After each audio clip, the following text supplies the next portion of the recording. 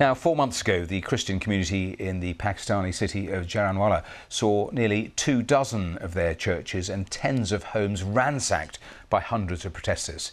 In the aftermath, the government promised money to help rebuild. But as they prepare for Christmas, many are still living with the damage and shock of those attacks. Well, our Pakistan correspondent Caroline Davies reports now from the city. Joy and Christmas hats. Familiar celebrations mask painful memories. Jaranwala's Christians have lost much this year. Saima lives in the only room left of her family home. Rebuilding is slow. Life in this charred space, exhausting. We are tired now. In this one room, there is no facility. There is no light, no water. Everything is finished. We don't have anything. She and her family received 2 million rupees from the government, just over $7,000. She says that's not enough. It takes a whole lifetime to build a house. Our parents saved each and every penny for the house, and now it's all burned. Whatever we had, you can look at the house. It's all burned.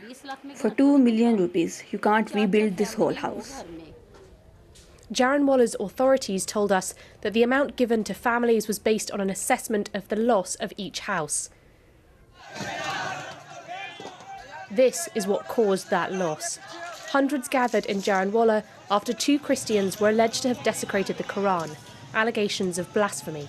It turned violent.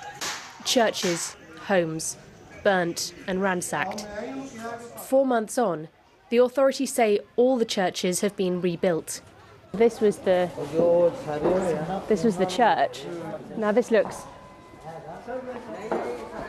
completely different to the last time we were here, when the walls were completely blackened, and instead, of course, it's been completely redone. More than 350 were arrested, but none have yet stood trial. Do you think the police should have moved faster? This is a process flaw. The biggest stakeholder may be public, but there's one hidden bigger stakeholder which has much more stakes than the people actually know. That is the police department, that is the government itself, because we want to show people that such like acts will not be tolerated in future. If we don't ensure justice in these cases, such like incidents will keep happening. Prayers, thoughts on a better year. Buildings are repaired, but trust, they tell us, will take far longer. Caroline Davies, BBC News, Jaranwala.